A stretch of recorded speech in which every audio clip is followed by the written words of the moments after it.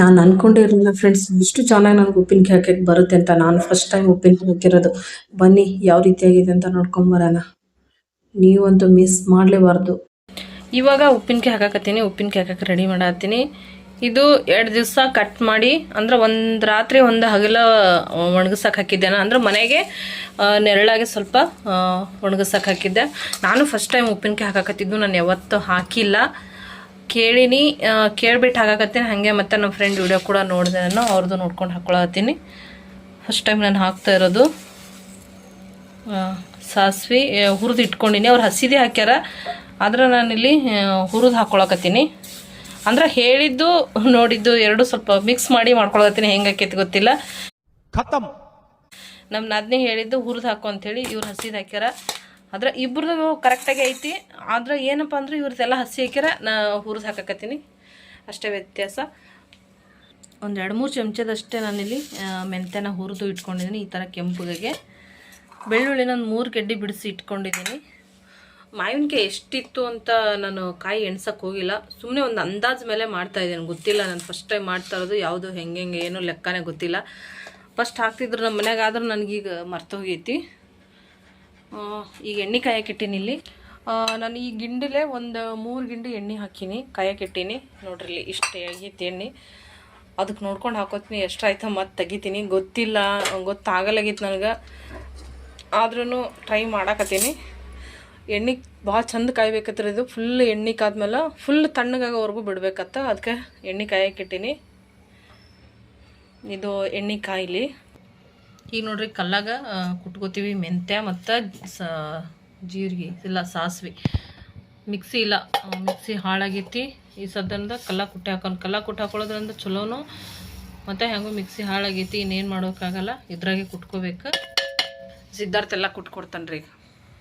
ಇದು ಮಿಕ್ಸಿ, ಇದು ಮೇಲಿರೋದು ಗ್ರೈಂಡ್, ಏನು ಹೇಳ್ತಾರೆ, ಮಿಕ್ಸಿ ಡಬ್ಬ. ಇಲ್ಲ, ಇದು ಮಿಕ್ಸಿ ಡಬ್ಬ. ಉಲ್ಟಾ ಹೇಳಿದ್ದೆ ನಾ. ಸ್ವಲ್ಪ ಸ್ವಲ್ಪ ಹಾಕಿ ಕುಟ್ಟಿ ಇದರಲ್ಲೇ ಪೌಡ್ರ್ ಮಾಡ್ಕೊಳ್ಳೋಣ ಅಂತ ಸಿದ್ಧಾರ್ಥನ ಕೊಟ್ಟಿದ್ದೀನಿ. ಈ ರೀತಿ ನಾವು ಪೌಡ್ರ್ ಮಾಡಿ ಹಾಕ್ಕೊಳ್ಳೋದ್ರಿಂದ ತುಂಬಾ ಚೆನ್ನಾಗಿರುತ್ತೆ. ಮಿಕ್ಸಿಯಲ್ಲಿ ಮಾಡ್ಕೊಳ್ಳೋದಕ್ಕೂ ಕಲ್ಲಲ್ಲಿ ಕುಟ್ಟೋದಕ್ಕೂ ತುಂಬ ವ್ಯತ್ಯಾಸ ಇದೆ, ನಿಮಗೆ ಗೊತ್ತಿರುತ್ತೆ. ಈ ರೀತಿ ನಾನು ಇದನ್ನು ಪೌಡ್ರ್ ಮಾಡಿ ಇಟ್ಕೊಂಡಿದ್ದೀನಿ. ಹಾಗೆ ಸಾಸಿವೆ ಕೂಡ ಬಿಸಿ ಮಾಡಿ ಇಟ್ಕೊಂಡಿದ್ನಲ್ಲ, ಅದನ್ನು ಈ ರೀತಿ ಪೌಡ್ರ್ ಮಾಡಿದ್ದೀನಿ. ನನಗೆ ಏನಂದರೆ ಈ ಸಾಸಿವೆನ ಬೇಳೆ ಮಾಡಿ ಹಾಕ್ಕೋಬೇಕು, ಅದು ತುಂಬ ಚೆನ್ನಾಗಿರುತ್ತೆ. ಆದರೆ ನಮ್ಮ ಎಡವಟ್ಟು ಕೆಲಸಗಳಲ್ಲಿ ಅದು ಬೇಳೆ ಆಗಲಿಲ್ಲ, ನುಚ್ಚಾಗೋಯ್ತು.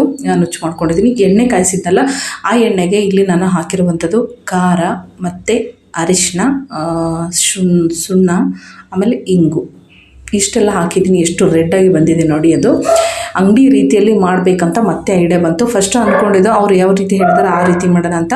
ಮತ್ತು ಅಂಗಡಿಯಲ್ಲಿ ರೆಡ್ ಕಲರ್ ಬರುತ್ತೆ, ಚೆನ್ನಾಗಿ ಇಷ್ಟಪಟ್ಟು ತಿಂತಾರಲ್ಲ, ಆ ರೀತಿ ಮಾಡೋಣ ಅಂತ ಎಲ್ಲ ನಾನು ಎಣ್ಣೆಯಲ್ಲಿ ಮಿಕ್ಸ್ ಮಾಡಿದ್ದೀನಿ. ಉಪ್ಪು ಕೂಡ ಅಷ್ಟೇ, ಸಣ್ಣ ಉಪ್ಪು ಹಾಕಿಲ್ಲ ನಾನು, ಕಲ್ಲುಪ್ಪನೇ. ಅದನ್ನು ಸಣ್ಣಗೆ ಅರೆದು ಮೇಲೆ ಅರೆದು ಹಾಕಿದ್ದೀನಿ. ಈ ರೀತಿ ಮಾಡೋದ್ರಿಂದ ಮಸ್ತ್ ಬರ್ತೈತಿ. ಹಂಗೆ ಮಾಡ್ತಾ ಮಾಡ್ತಾ ಹಳೆಯದೆಲ್ಲ ಒಂದೊಂದು ನೆನಪಾಯಿತು. ಹಾಗೆ ನೆನಪಾದಾಗೆಲ್ಲ ಒಂದೊಂದು ನಾನು ಅದನ್ನು ಮಿಕ್ಸ್ ಮಾಡ್ಕೊತ ಬಂದೆ.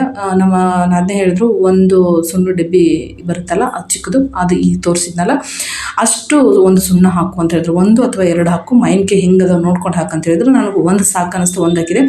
ಇದು ಇಂಗಿನ ಡಬ್ಬಿ. ಈ ಇಂಗು ನಾನು 1 ಚಮಚ ಹಾಕಿದ್ದೀನಿ. ಇವಾಗ ಕುಟ್ಟಿರುವಂಥ ಉಪ್ಪು ಕೂಡ ನಾನು ಇದ್ರೊಳಗೆ ಹಾಕಕತ್ತೀನಿ ನೋಡಿ. ಮಾವಿನಕಾಯಿಗೆ ಏನೇನು ನೆನಪಾಗ್ತದೆ ಒಟ್ಟು ಎಲ್ಲ ಮಿಕ್ಸ್, ಹಳೇದೇನು ನೆನಪಾಕೈತಿ, ಉಪ್ಪಿನಕಾಯಿ ನಮ್ಮವೆಲ್ಲ ಹಾಕಿದ್ರಲ್ರಿ, ಅದು ನೆನಪಾಗಿದ್ದು ಮಿಕ್ಸ್ ಮಾಡ್ಕೊಳ್ಳೋದು. ನಮ್ಮ ಫ್ರೆಂಡ್ ವಿಡಿಯೋ ನೋಡಿದೆ, ಅದು ನೋಡಿದ್ದು ಮಿಕ್ಸ್ ಮಾಡೋದು.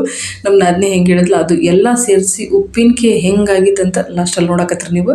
ಇವಾಗ ಇದನ್ನೆಲ್ಲ ಮಿಕ್ಸ್ ಮಾಡಿ ಇಟ್ಕೊಂಡಿದ್ದೆಲ್ಲ ಮಸ್ತಾಗಿ ನೋಡ್ರಿ ಎಷ್ಟು ಕಲರ್ ಬಂದೈತಿ. ಭಾರಿ ಸೂಪರಾಗಿ ಕಲರ್ ಬಂದದ. ಟೇಸ್ಟ್ ಹೆಂಗಿರ್ತದೆ ಅಂತ ಗೊತ್ತಿಲ್ಲ, ಮಾಡಿ ಎಲ್ಲ ಆದಮೇಲೆ ನೋಡೋಣ ಅಂತ. ಇವಾಗ ಇದನ್ನೆಲ್ಲ ಹಾಕ್ಕೊಂಡು ಫಸ್ಟ್ ಮಿಕ್ಸ್ ಮಾಡ್ಕೊಳ್ಳೋನು. ಎಣ್ಣೆ ಏನು ತೊಗೊಂಡಿದ್ರೆ ಅದಿಷ್ಟು ಎಣ್ಣೆ ಹಾಕ್ಕೊಂಡಿನಿ. ಇದನ್ನೆಲ್ಲ ಮಿಕ್ಸ್ ಮಾಡ್ಕೊಂಡು ಆದಮೇಲೆ ಏನಾದರೂ ಉಪ್ಪು ಕಮ್ಮಿ ಬೀಳ್ತದ ಅಥವಾ ಎಣ್ಣೆ ಕಮ್ಮಿ ಬೀಳ್ತದ ಗೊತ್ತಿಲ್ಲ, ನೋಡೋಣ.